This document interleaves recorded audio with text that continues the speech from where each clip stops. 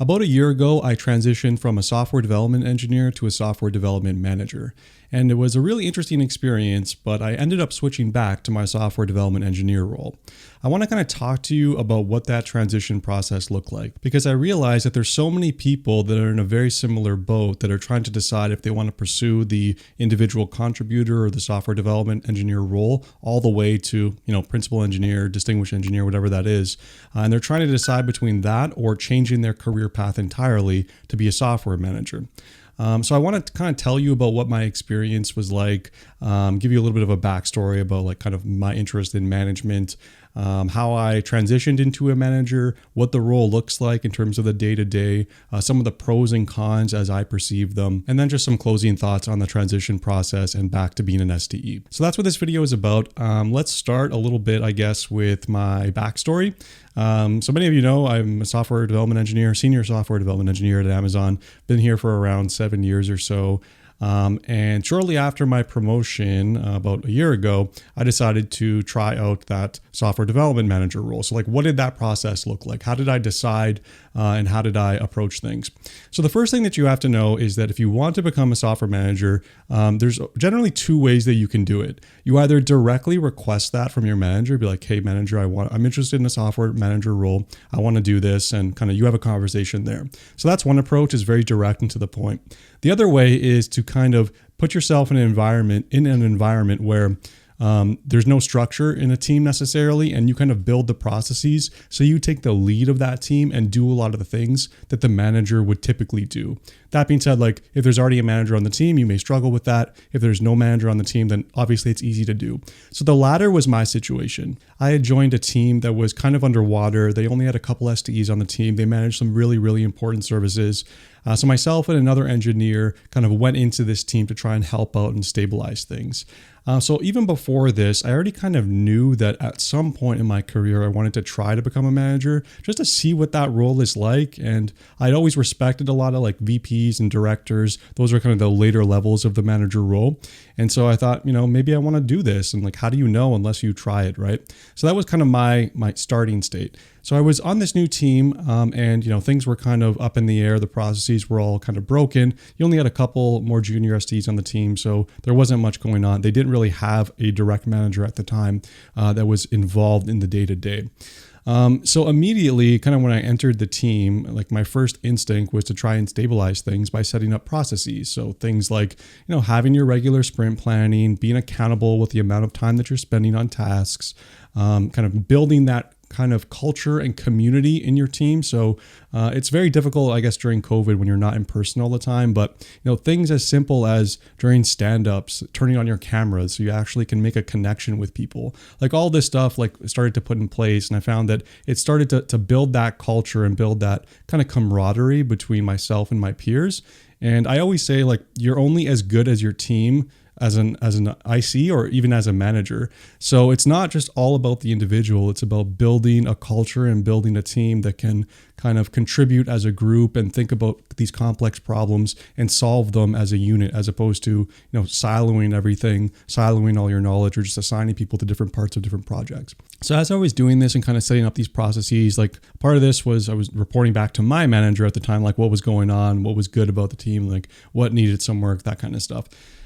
So like she had a good idea of what I was already doing. And so naturally the question came like, do you want to try to be a manager for this team? And at that point, like I didn't really know how to react, to be perfectly honest with you. But at the time I was like kind of excited, kind of nervous, kind of interested in learning more, basically, because it was something that I had thought about previously. It was something that, come to my mind multiple times.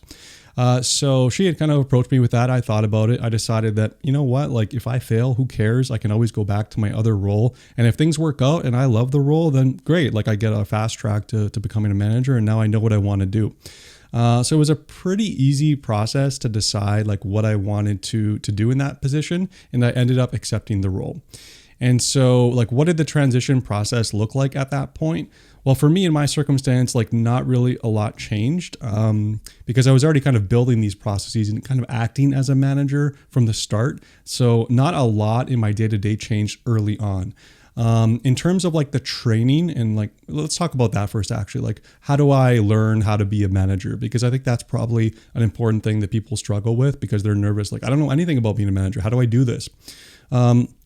So at my company, there's like some really, really great resources. So there's like 40 hours or 80 hours, some massive number of hours of training that you can do to talk about what it means to be a manager at this particular company at Amazon. And that was excellent, that training. I personally thought so. It kind of shed a lot of light on what the manager role looks like, what you do, how to evaluate, performance and types of things like that. And kind of what it means to be a manager at Amazon. Because I think this is another key part that I realized later, like what a manager looks like at one company can be a totally different thing than what it looks like at a different company. It's kind of like, subject to interpretation. You have this set of roles at a particular company as a manager, that could look very different somewhere else. So learning about what it means to be a manager at Amazon was something that kind of took me a little bit of time to get through all these different resources. Another really, really valuable piece of material for me was a book called Managing the Unmanageable. And it's by two guys named Mickey Mantle and I think it's Ron Lichty. I'll put a link in the comments and description section so you can check it out. But this book is basically a software development engineer to software management like kind of transition guide or transition book. And I swear the guy that wrote this book, or the two guys that wrote this book, must have worked at either Amazon or some FANG company in the past, because a lot of what they talk about is very similar to the processes that we have internally. So it was a very, very good read for me because I already knew the processes, but now I'm kind of learning about what it means to be the manager and what you actually have to do on the day-to-day. So now that naturally transitions into like, what do you actually do? Like, how do you spend your time?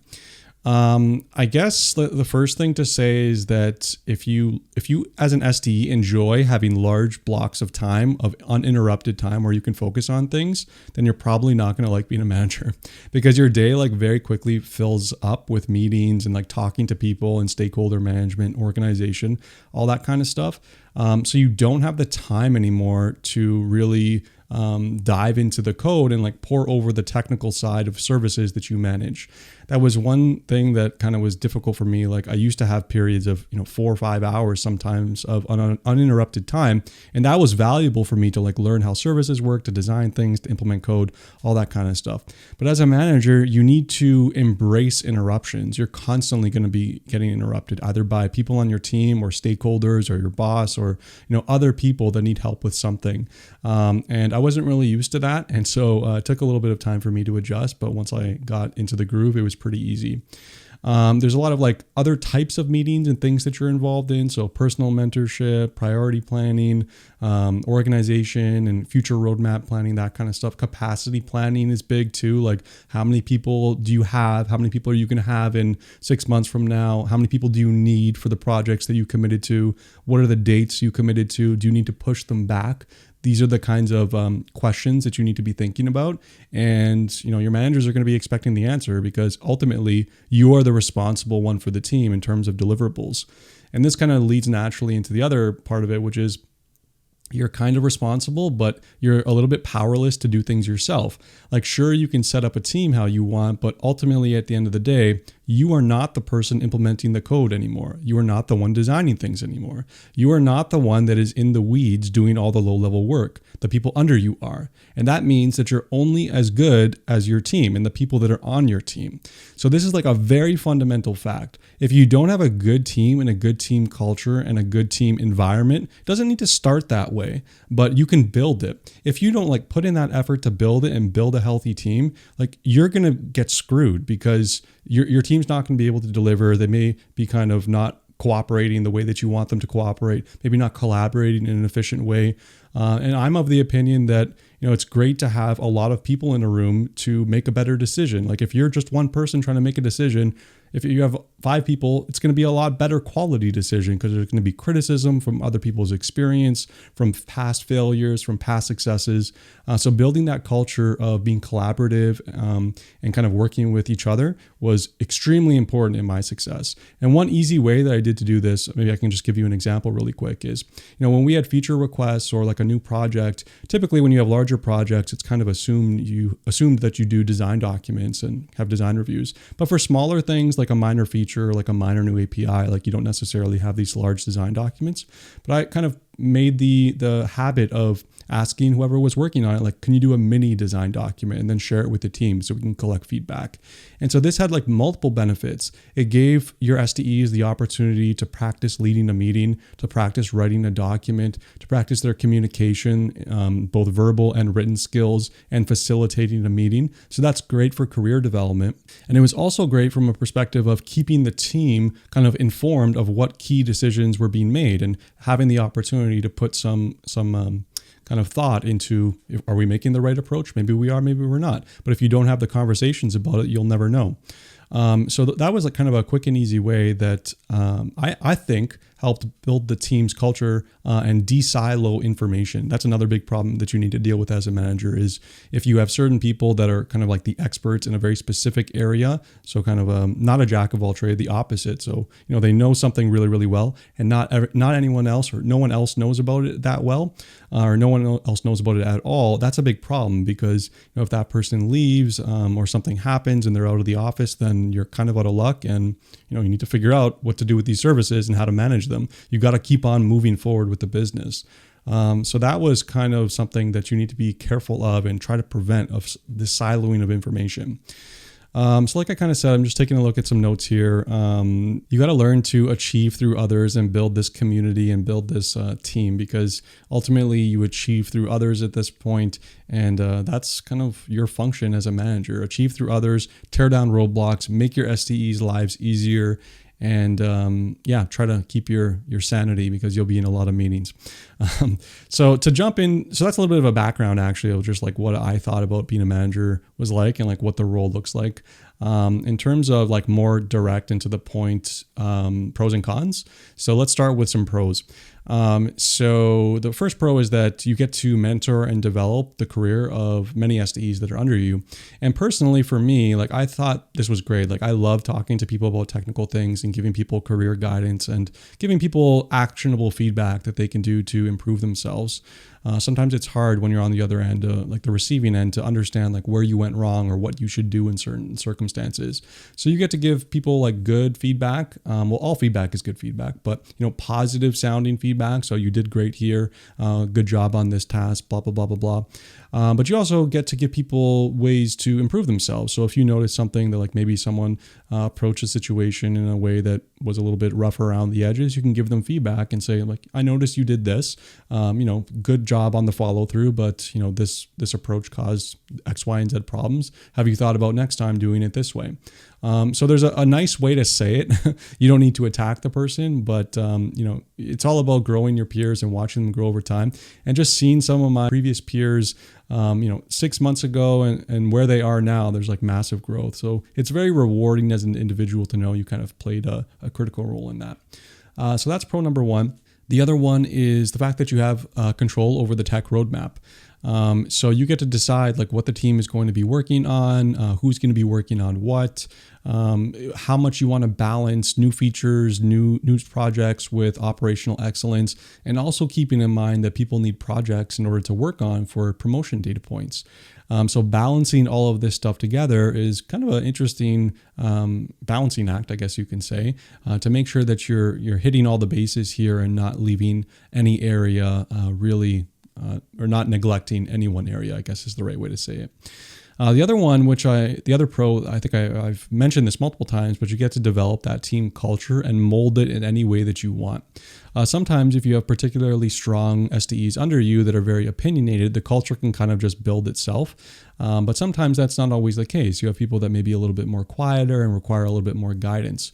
And so in that case, you get to define the culture very clearly of like what the expectations are. Is this going to be like a strictly working a professional environment where everyone is always serious all the time? Don't do that. That sucks. No one wants to be on a team like that. Or is it going to be kind of a open-minded, friendly, conversational experience where you trust your teammates and you're willing to share and they're willing to share with you? Like you want that, right? That sounds good. That's a good, trusting environment where you act as a unit, not as an individual. That's what you want to build.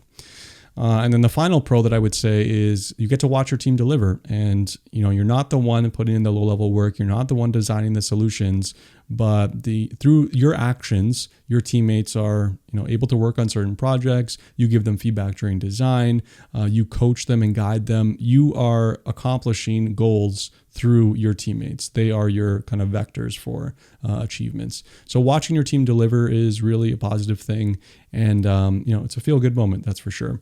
Now, in terms of cons of being a manager, you probably have a guess of some of them, but let me state them very clearly. So the first one was that there's meetings, many meetings. You're constantly in meetings. At particular times of the year, it's worse, but other times of the year, it's not so bad. But especially during like planning phases and busy times of the business, it depends on like what industry you're in, of course. But expect to have like a one-on-one with every one of the SDEs under you, at least like once a week, once every 2 weeks, maybe for some of you. Once every 2 weeks is probably more reasonable actually. But there's that. There's sprint planning if you're using sprints. There's stakeholder management. There's new feature requests. There's meetings with your boss. There's meetings with other kind of parallel managers that are that report to your same line manager. So there's a lot of busyness. And this is part of the problem. Like you have all these meetings and you're exhausted by the end of the day. Honestly, like I was exhausted, and not because I was doing something particularly hard, but because you're in meetings all day long, a lot of the time, you have to be actively listening and actively give good feedback. And that kind of zaps your brain, at least for me personally. That zaps my brain after like 8-9 hours of that. And it wasn't something I was used to. So I learned to kind of protect my time. I would block off periods in my calendar, my Outlook calendar, for like 2 hours if I needed a break to like for personal time for getting things done during the workday. Or else your calendar, like any open time you have in your calendar, that's like a free game. Like anyone could sign up for that. So you got to protect your time and protect the time of your SDEs. So that's something I didn't really like. Now, the other thing is that this one hit home. This is probably the most important one, and that's that you lose touch of the tech. Because you got to remember, like being a manager is a completely different career path. Sure, you are a software development manager, but again, you're not in the weeds. You're not learning about new tech. You don't have enough time to do that anymore. And so for me, that was kind of a dagger through my heart because, like, as you know, I have this channel, I have like a website, I have all these different things all about learning tech. And I thought originally that, okay, I have this YouTube channel, maybe that'll like give me enough satisfaction of learning tech or exposure to tech. And so this wouldn't be a big problem as a manager, but it ended up being like a really big problem. And I quickly found myself becoming like out of date with what was going on in AWS and like cloud computing and all that. And that sucked for me. So that's something that, think about that if you're considering going down this path, because it's something that'll creep up on you and you don't realize you love something until it's gone. I guess that's the lesson. The other con is that you are responsible for everything, but in some cases kind of powerless, or you get the feeling of powerlessness. And that's kind of takes some getting used to. So like I said before, you're achieving through others. When they fail, you fail. And so you need to kind of keep an eye on that and course correct and make sure that your team is staying on track and able to deliver ultimately. And the last one was that I guess you can say like I had a lack of feelings of accomplishment. Or maybe the right way to say it is that I had accomplishments, but they weren't the same types of accomplishments I had as an SDE. So it felt like very, very different to me. So the types of accomplishments you'll have as a manager are like getting someone's promotion document through, or giving someone feedback and watching them action on it, or watching your peers grow from, a junior confused SDE to a very independent and kind of excellent SDE that can carry their own weight. So like those are the types of accomplishment you would get, or like a doc review. You'd have a good doc review meeting. Great. Woohoo. Awesome. But as an SDE, there's like a very different set of accomplishments that you get. At least for me, the most kind of satisfying feeling that I have as a software developer is A, designing things. I love designing things. And B, when like you're working on some kind of, every SDE is going to know this, every programmer, you're trying to solve something, like you're trying to debug a problem that you've been like just grinding out for hours and hours and hours. You've tried everything. You're like so confused. Like, why isn't this working? It should be working. Does it work on your machine? Yeah, it works on mine. Does it work on this machine? No. What's going on? Those moments where like you're grinding it, you need to figure it out. And then finally, after like 10 hours, whatever it is, you figure it out. And it's like, I am like the king of the world. Like that feeling, I love that feeling. And you don't get that feeling anymore as a manager. You don't have that time to do these types of tasks anymore. And I realized when I wasn't in the role anymore, how much I missed that and how much I wanted that to be part of my day-to-day life. So those were kind of the major cons, in my opinion, of being a manager. And so now I kind of want to bring it back to like how I got out of the manager role and like what made me decide, like how did I know it wasn't for me? And I was having some like thoughts, I guess so I was a manager for about a year. So I want to say between like 6 to 8 months, I started having some thoughts of like, I don't know if this is for me, just based on like what I was working on and how I was kind of feeling about the role. So there was a very particular moment where I had this, I want to call it inflection point of, deciding my future career path. And so we were part of a team that operated a kind of an infrastructure service, and we were onboarding a brand new client for the first time. We were doing this re-architecture where we were offering this new solution that was more generic, just easier to use. And so one of my like lead SDEs was meeting with their SDEs, and like I was in these meetings, we were explaining to them our approach, seemed like they got it and everything was good. And it turned out very quickly, a couple of days later, they didn't get it. And we kept on having these kind of meetings for an hour at a time, talking about these things, me talking about it, my SD talking about it, their SD talking, their manager going at it. And we just weren't making any progress. And like, it felt like we were making progress in the moment, but afterwards, like we'd have further follow-up questions and then another meeting. And then like, we went through like a ton of these meetings and it was just so frustrating. And I remember asking myself, like, why is this happening? Why, like this shouldn't be that hard to figure out. And I was like, is it me? Like, am I doing something wrong? Am I not explaining it? Am I not talking about it? Do I not understand it 100% in a way that I can explain it and be confident about it? Like, what's going on here? And the truth was, like, I wasn't 100% confident in exactly how the solution worked because, like, I knew generally how it worked, obviously, but you're not implementing it anymore, right? You're not in the weeds. You don't know the nuances. You don't know the edge cases. You're not necessarily engaged directly in the solution, like as a low-level example, but you know broadly how it works. And so I was asking myself this, I'm like, what is going on?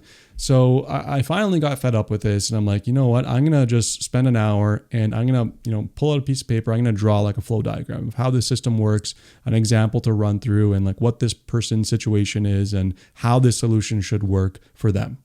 And so I did that and I was having like the time of my life, honestly. Like I had so much fun doing that. I was honestly shocked, but I had a ton of fun doing that. And I had more fun in that 1 hour working through the technical complexity and figuring out what the problem and where we were going wrong. I had more fun doing that in 1 hour than I've had probably in like the past 2 weeks of being a manager. And for me, like that was it. I knew at that point that this wasn't something that I can sustain for a long period of time.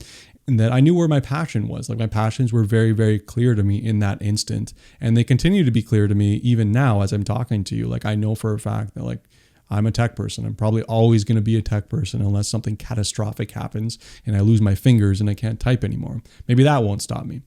But that was it. That's when I knew. And so I told my manager the same story and she kind of agreed. It's like, you know what, if like that's how you feel, then, the writing is on the wall. I think you should transfer, or she didn't say that, but like I made the decision and she was in agreement. So a couple months after that, it was like a slow transition back to a SDE. And it was over the course of a couple months just because I wanted to have a smooth process and not interrupt like the day to day and affect the team in any meaningful way. So it was over like 3 months or so. Ended up staying on the original team that I was managing, which I thought may have been awkward because now you're going from a relationship where you're managing someone and now you're their peer, and you don't want them to just say yes to you just because you were their old manager. You want the merit of the ideas to decide. And so that was a little bit kind of tough to work through, but I got over it. They got over it. Ended up being fine. But yeah, that's kind of the journey of how I got there and decided. And I wanted to share some retrospective and just some closing thoughts. And like, this is important, about my experience being a manager. And honestly, I don't regret it for a minute. I learned so much about, well, first of all, I developed a ton of skills like communication, organization, people management skills. not people management, just people skills in general, I guess you can say. Like those went through the roof in terms of my development. So I grew a ton as an individual. A lot of the organizational techniques that I learned at the time, I still use to this day as an STE. And it's just so much more manageable now to kind of manage my day and my priorities so I don't lose sight of things. Communication through my YouTube channel and through the role, because you're talking to people so much, that obviously increased. And just how to have empathy for people, for your peers, and put yourself in another person's situation. I also learned how to do that. So learned a lot of soft skills there. Also invaluable because now I know kind of what my manager, why they are asking certain questions. Like I know what they are looking for when they are asking certain questions. When they ask me like, oh, how long is this going to take? And how that feeds into the planning process and resourcing and how many people we can hire, all that kind of stuff. So I have a lot of perspective now on what that role looks like, what the manager role looks like. And I can use that to my advantage because I know the situation that my manager is in, and I can help them in a way that I know will be impactful. So that's a very, very powerful benefit of this whole experience. And finally, the final benefit, or the best part, is that I learned that I didn't like it. And honestly, I'm glad that I tried it, because now I know that it's not for me, and I don't have to sit on the fence anymore deciding like, do I want to teeter this way into a management role for my career? Or do I want to stick as SDE? Now I know the answer conclusively. And I'm glad that I took the opportunity to try this out. And if I didn't, I probably would have regretted it. So that's my experience on being a manager. Hopefully you got some insight if you were kind of trying to decide to be a manager or individual contributor or SDE. This gave you some light into what the role looks like. If you have any comments or you want to know more about the experience, feel free to leave a comment in the section below. I'll try to get back to your answers. And thanks so much for watching, and I'll see you next time. See ya.